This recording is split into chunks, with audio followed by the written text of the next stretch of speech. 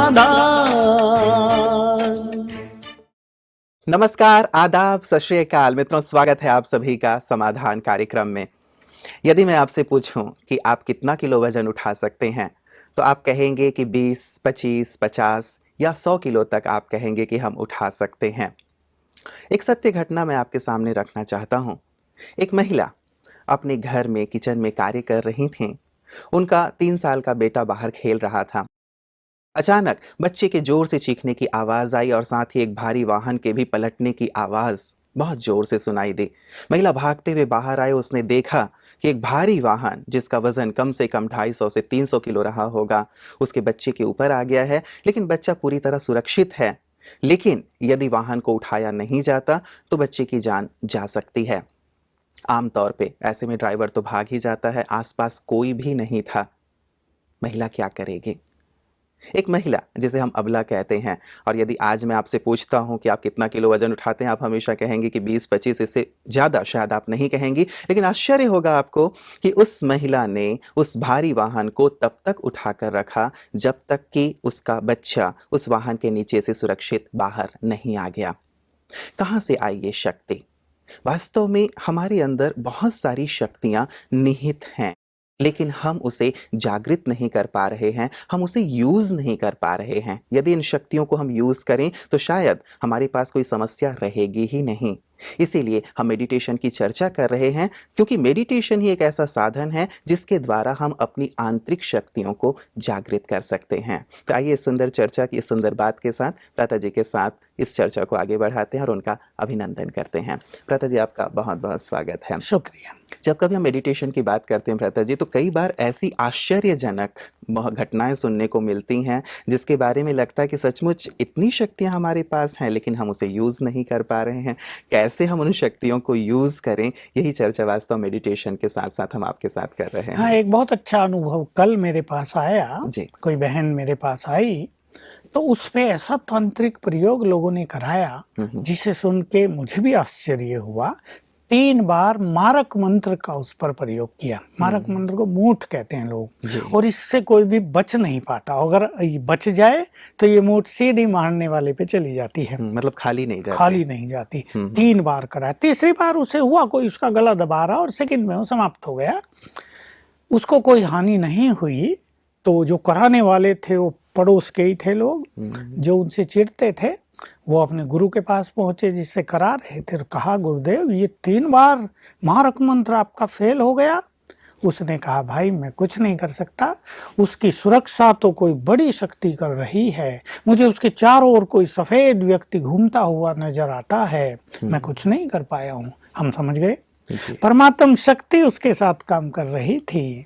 तो बिल्कुल ये बात हमारे सभी राजयोगियों को, दर्शकों को जान लेनी चाहिए।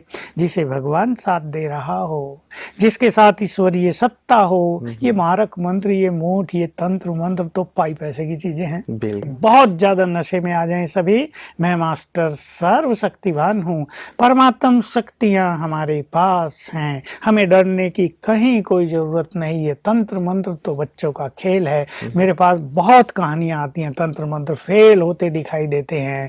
लोग निराश होते हैं, कराने वाले क्या हो गया उन्हें क्या पता। जिनके पास पवित्रता का बल हो, जिनके पास योग का बल हो, जिनके पास परमात्म शक्ति हो, ये तंत्र मंत्र तो छोड़ो, प्रकृति भी उनका कुछ नहीं कर सकती। एक बार तो महाकाल को भी पीछे हट जाना पड़ेगा। बहुत सुंदर बात है भ्राता जी। तो ये बहन जिनका आप अनुभव सुना रहे हैं भ्राता जी, क्या ये राजयोग का अभ्यास किया करती थी? ये लंबे समय से राजयोग का अभ्यास कर रही। लोग इनसे बस चिढ़ते थे। संसार में ये गृहस्थियों में बहुत तेरा मेरा, ईर्षा, द्वेष, ये सब बहुत चलता है। एक दूसरे को नष्ट कर देना चाहते हैं लोग। इसका भी बहुत सहारा ले रहे हैं, लेकिन मैं तो सबको यही राय देता हूँ कि ये बहुत बड़ा पाप है। फिर क्या हुआ, हाँ वो बात तो मुझे बतानी है कि ये तीसरी बार जब मूठ का प्रयोग किया तो ये पहुंच गई उस व्यक्ति पर जिसने कराया था, और उसकी दोनों किडनी फेल कर दी। मैंने कहा अब चखो मजा, और अब फेल ही रहेंगी, वो मृत्यु तक ही पहुंचेगा। मार लो मूठ, भगवान के बच्चों को मूठ। मतलब वो जो कहा जाता है कि खड्ड खोदे जो और को तो को कूप तैयार, कि जैसे हम कर्म करेंगे उसका परिणाम हमें मिलेगा ही। तो यदि हम गलत किसी के लिए करा रहे हैं तो सचमुच ये सबके लिए प्रेरक बात है कि हम किसी किसी के लिए भी ऐसा बुरा ना करें। और तंत्र मंत्र का प्रयोग करने वालों पे तो ये शक्ति वापस जाती ही है। इसलिए मैंने सैकड़ों तांत्रिकों को दुखी होते, कष्ट झेलते, उनके जवान बच्चों की मौत होते हुए देखा है। मैंने कहा रोते रहो, पाप से पैसा कमा रहे थे, पाप कर रहे थे दूसरों के कहने से, तुम्हें पता नहीं मनुष्य का जीवन कितना इम्पोर्टेंट है। तो कर्म का फल तो मनुष्य को भुगतना ही पड़ता है। इसलिए करने वालों को भी सावधान रहना चाहिए कि इस पाप से वो बचें। अब पुण्य करने का समय है और जिनके पास परमात्म शक्ति है उनको अपने में आत्मविश्वास बढ़ा देना चाहिए। इस ईश्वरीय खुमारी में आ जाना चाहिए। मैं तो ईश्वरीय शक्तियों से संपन्न मास्टर सर्वशक्तिवान हूँ, मेरा कोई कुछ नहीं बिगाड़ सकता। बट डर मन से निकल जाए तो तांत्रिक शक्ति सब वापिस और सब फेल, बच्चों का खेल। बिल्कुल, जो तंत्र मंत्र कराते हैं, ऐसी गलत विद्याओं का उपयोग करते हैं किसी को कष्ट देने के लिए, उन्हें भी अंततः कष्ट होता है। ये तो वो भी उस चीज का अनुभव करते हैं। लेकिन मान लीजिए अभी कोई किसी के ऊपर करा रहा है, या लगता है कि हम इससे सुरक्षित रहें, इसका प्रभाव हम पे ना पड़े, मंत्र ले लेना चाहिए। मैं मास्टर सर्वशक्तिवान हूँ, सबसे पावरफुल ये स्वमान है। इसको हम मंत्र भी नहीं कहेंगे, ये एक स्मृति है। और इस स्मृति के बल से हमारे चारों ओर एक पावरफुल ऑरा बन जाता है, एक पावरफुल आभा मंडल बन जाता है। और जितना ये शक्तिशाली आभा मंडल हम बनाएंगे उतना ही ये बाहर की शक्तियां इससे टकरा कर नष्ट हो जाएंगी या वापिस चल जाएंगी। इसलिए रोज सवेरे एक बार 7 बार ये अभ्यास करके मैं मास्टर सर्वशक्तिवान हूँ देखना चाहिए, विजुअलाइज करना चाहिए। मेरे चारों ओर एक शक्तिशाली शक्तियों का घेरा बन गया है, मैं इसमें पूर्णतया सुरक्षित हूँ। बिल्कुल। अच्छा भ्राता जी, जिनके ऊपर ये प्रभाव हो गया है, मान लीजिए अब वो लोग तो कुछ नहीं कर पाते हैं क्योंकि वो एक प्रकार से परवश हो जाते हैं।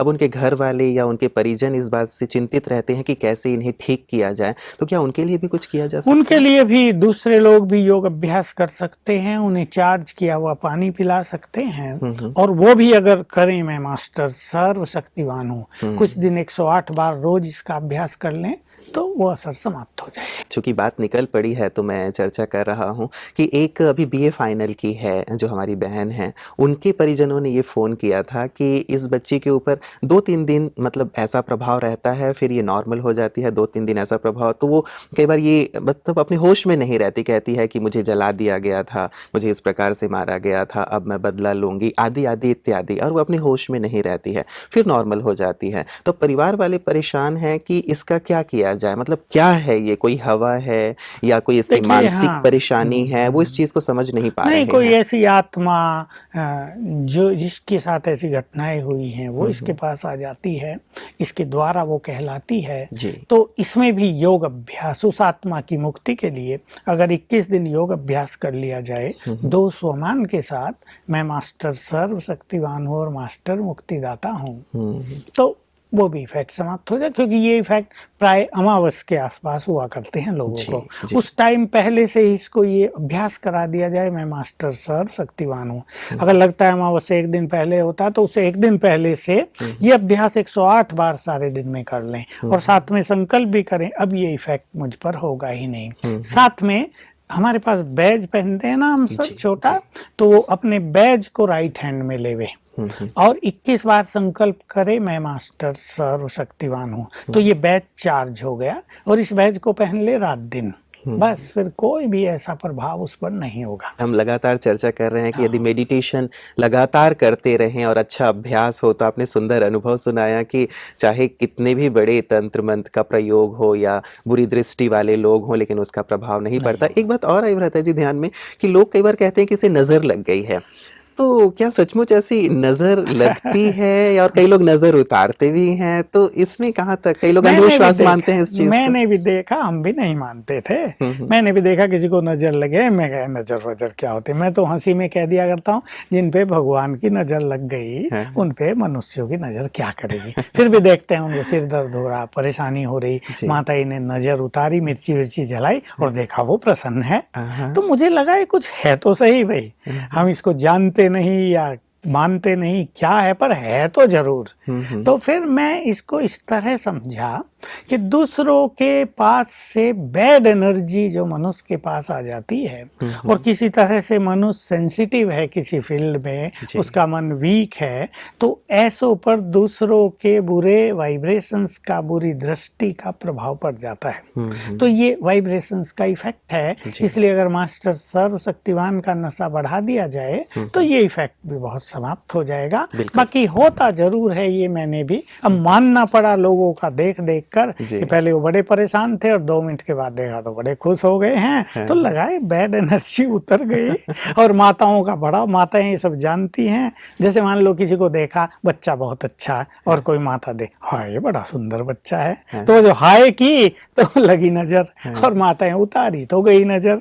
लेकिन भगवान की नजर हम पर पड़ रही है। रोज उसकी दृष्टि लिया करें और ये स्वमान का अभ्यास करें और अपनी पवित्र और पावरफुल नजर सब पे डालें, तो ये छोटी छोटी चीजें भी समाप्त। इसीलिए हम योग की सुंदर चर्चा कर रहे हैं भ्राता जी। और मैं अब आगे चलना चाहूंगा। योग की जो गहराई है, कई बार ऐसा होता है कि हम योग के मार्ग पे तो चल पड़े, लेकिन जैसे हम कोई मकान बनाते हैं तो मकान किसी पिलर पे ही खड़ा होता है। तो यदि हम योग का अच्छा अनुभव करना चाहते हैं, अच्छी एकाग्रता चाहते हैं, परमात्मा से अच्छे मिलन की अनुभूति करना चाहते हैं, तो क्या आधार हैं, हमें क्या क्या करना चाहिए, कौन सी ऐसी चीजें हैं जो हमें मदद करती हैं योग मार्ग में आगे बढ़ने? एक तो पहली चीज तो ये कि हमें इसमें निराश न होके निरंतर अभ्यास। मान लो किसी को योग अभ्यास में सफलता नहीं हो रही, तो वो 3 दिन के लिए हर घंटे में 5 बार अभ्यास कर ले, मैं आत्मा हूं यहाँ। चाहे वो 5 सेकंड अभ्यास रहे, 10 सेकंड रहे, बस अपने आत्मा के स्वरूप को देखें और मैं आत्मा पीसफुल हूँ, शांत हूँ, बस 5 बार कर ले तो एक दिन में ही बड़े अच्छे अनुभव से हम तक हो जाएंगे। दूसरे दिन और बढ़ा दे, ये सारा दिन में 108 बार कर ले, तीसरे दिन भी 108 बार कर ले। तो योग की जो सूक्ष्मता है, यानी योग से जो गहन शांति की अनुभूति होती है, उसका बहुत अच्छा एक्सपीरियंस हो जाएगा। लेकिन इसके पीछे कुछ धारणाएं तो परम आवश्यक हैं, जिससे हमें योग की गहराई प्राप्त होती रहे, क्योंकि योग संसार की सबसे गुह्यतम विद्या है। इसमें बहुत सूक्ष्मताएं हैं। इसमें संपूर्ण सूक्ष्म से सूक्ष्म और महान से महान मनोविज्ञान आ जाता है। इसमें हम एक दूसरे के मन के भाव को कैच कर सकते हैं, एक दूसरे के संकल्पों को पकड़ सकते हैं, एक दूसरे के संकल्पों को चेंज कर सकते हैं, उन्हें नई डायरेक्शन भी दे सकते हैं। और जैसा हम चर्चा करते आ रहे, अनेक जगह हम अपने वाइब्रेशंस फैलाकर संसार के लिए भी बड़ा सुख देने वाला कार्य कर सकते हैं। जी। तो कुछ धारणाओं में पहली धारणा तो देखिए प्योरिटी है। भले ही कई लोग हमारी ये बात सुन के थोड़ा सा नेगेटिवली भी लेते हैं, नाराज भी होते हैं कि ब्रह्मा कुमारियों ने ये क्या नया पवित्रता का मार्ग निकाल दिया। लेकिन हम कहना चाहेंगे ब्रह्मा कुमारियों ने नहीं निकाला, ये भगवान का आदेश हुआ है कि मुझे इस संसार को पवित्र बनाना है, इसलिए हर एक पवित्रता को धारण करे। तो हम आजकल देख रहे हैं कि हमारे इस राजयोग के मार्ग पर अनेक कुमार और कुमारियां, युवक, यंग एज के लोग बहुत आ रहे हैं, क्योंकि कुछ लोगों में तो इम्प्योरिटी बहुत है, लेकिन कुछ लोग ऐसे भी हैं युवक जिनमें पवित्रता भी बहुत है। वो आकर्षित होकर आ रहे हैं राजयोग की ओर। मुझे बहुत मिलते हैं, कल भी बहुत लोग मिले, कन्याएं मिली जिनकी चर्चा पवित्रता पर ही थी, जिनका बहुत ध्यान था अपनी प्योरिटी पर, और जो दृढ़ संकल्पधारी थे कि हमें किसी भी तरह कुछ भी सहन करना पड़े, पवित्र जीवन व्यतीत करना ही है। तो ये भगवान की आज्ञा है। तो इसके बिना कोई योगी नहीं बन सकता, क्योंकि योग उससे लगाना है जो परम पवित्र है, योग उससे लगाना है जो पवित्रता का सागर है, जो संपूर्ण है। तो हमें योग लगाने के लिए स्वयं को पवित्र अवश्य बनाना होगा। बिना पवित्रता के हम उसे याद तो कर सकते हैं, पर योग नहीं लग सकता, बुद्धि एकाग्र नहीं हो सकती, क्योंकि पवित्रता से ही ब्रेन को शक्तियां मिलती हैं, ब्रेन एनर्जेटिक होता है। कल ही एक फोन आया था इसी के संदर्भ में, तो उनका फोन कॉल ये था कि क्या यदि हम पवित्र नहीं रह पा रहे हैं तो क्या हम भगवान को याद नहीं कर सकते, और क्या भगवान की शक्तियां, भगवान का आशीर्वाद हमें प्राप्त नहीं होगा? देखिए, याद भी कर सकते हैं, आशीर्वाद भी मिल जाएगा, लेकिन जो योग में एकाग्रता हो और ईश्वरीय शक्तियां हमें मिले वो बहुत कम मिलेंगी। प्योरिटी इसलिए योगी का महत्वपूर्ण पिलर है। इसके बिना अध्यात्म है ही नहीं। अध्यात्म का अर्थ ही है पवित्रता का मार्ग। लेकिन कई बार भ्राता जी ऐसा नहीं है कि हम अपने आप को शक्तिहीन महसूस कर रहे हैं या हमें अपने साथी से वो सहयोग प्राप्त नहीं हो रहा है, तो यदि मैं याद करता जा रहा हूँ और उसका मुझे बल प्राप्त होता जा रहा है तो वो फिर मुझे मदद करेगा पवित्र रहने देखिए में? इसमें थोड़ा समय लग जाएगा कि याद करते करते करते करते पवित्र रहने का बल आ जाएगा। कईयों के साथ ये भी हुआ है। कोई 1 साल में पवित्रता को धारण किए, किसी ने 2 साल में किए, किसी ने 6 मास में किए।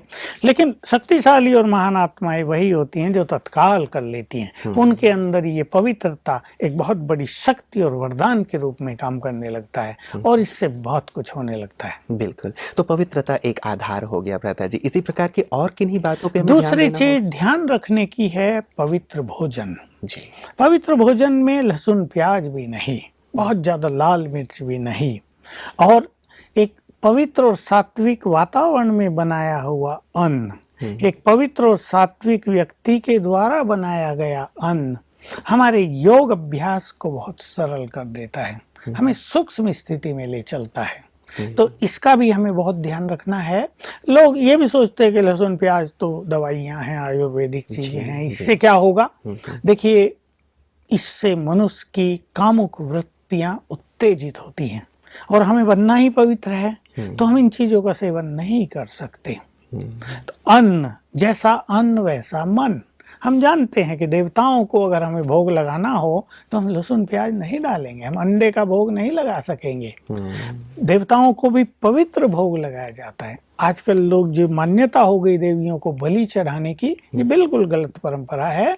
इससे न देवी खुश होती, न स्वयं मनुष्य खुश होता, न उसको सफलता मिलती। ये कुछ सिद्धि प्राप्त करने वालों ने चालू कर दिया तंत्र मंत्र का प्रयोग, लोगों ने ये मान लिया, पर ये भी एब्सोल्युटली परमात्मा की आज्ञा के विपरीत बात हो जाती है। किसी का शुद्ध मन नहीं है, शुद्ध अन्न नहीं है, अन्न अच्छे वातावरण में नहीं बनाया गया, तो उसकी एकाग्रता पर असर अवश्य आएगा। बिल्कुल, मतलब भोजन की शुद्धि, सात्विकता पर भी विशेष करके ध्यान दिया जाए और मांसाहार आदि तो बिल्कुल वर्जित ही है योगियों के लिए। क्योंकि यदि हम किसी को कहते हैं कि जीवन नहीं दे सकते तो किसी का जीवन हम लें क्यों? अब भ्राता जी एक विशेष बात जो ये अन्न की शुद्धि के बारे में बात आती है लोगों की कि चलो हम घर में ही रह करके भोजन बनाएं, शुद्धता उसमें रहती है, लेकिन मान लीजिए जब कभी बाहर जाना पड़ता है वहाँ उनको भोजन की बहुत दिक्कतें आती हैं, उन्हें जो भी मिलता है वही चीज़ ले लेते हैं। ऐसे समय पे फिर क्या किया जाए? ये समस्या बहुतों के सामने आजकल आ ही रही हैं और घरों में भी आ रही हैं, क्योंकि राजयोग के मार्ग पे चलने वाला तो 1-2 होगा,